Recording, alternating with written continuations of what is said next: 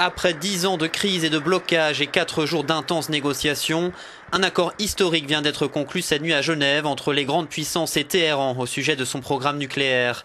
Le droit de l'Iran à enrichir de l'uranium à 20% sur son sol ne lui a pas été reconnu.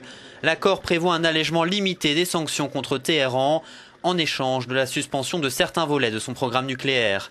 L'Iran va ainsi avoir accès à 4,2 milliards de dollars issus de ses ventes de pétrole jusqu'ici bloquées à l'étranger s'il respecte ses engagements. À savoir la neutralisation de son stock d'uranium enrichi à 20% et l'arrêt de la construction du réacteur à eau lourde d'Arak, l'un des principaux points de blocage des négociations. Aujourd'hui, la diplomatie a ouvert une nouvelle voie vers un monde plus sûr, un futur dans lequel nous pourrons vérifier que le programme nucléaire de l'Iran est pacifique et qu'il ne peut pas se procurer l'arme nucléaire, s'est félicité Barack Obama.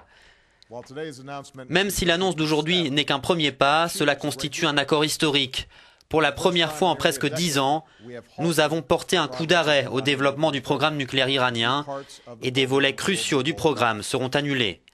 L'Iran s'est engagé à mettre un terme à certains niveaux d'enrichissement et à neutraliser une partie de son stock. Le président iranien Hassan Rouhani, dont l'élection en juin a joué un rôle important dans le déblocage de ces négociations, a salué l'accord, affirmant qu'il allait ouvrir de nouveaux horizons. Israël, qui voyait d'un mauvais œil ces discussions, a aussi réagi par la voix de son ministre du Renseignement. Il a déclaré que l'accord était basé sur une tromperie de Téhéran.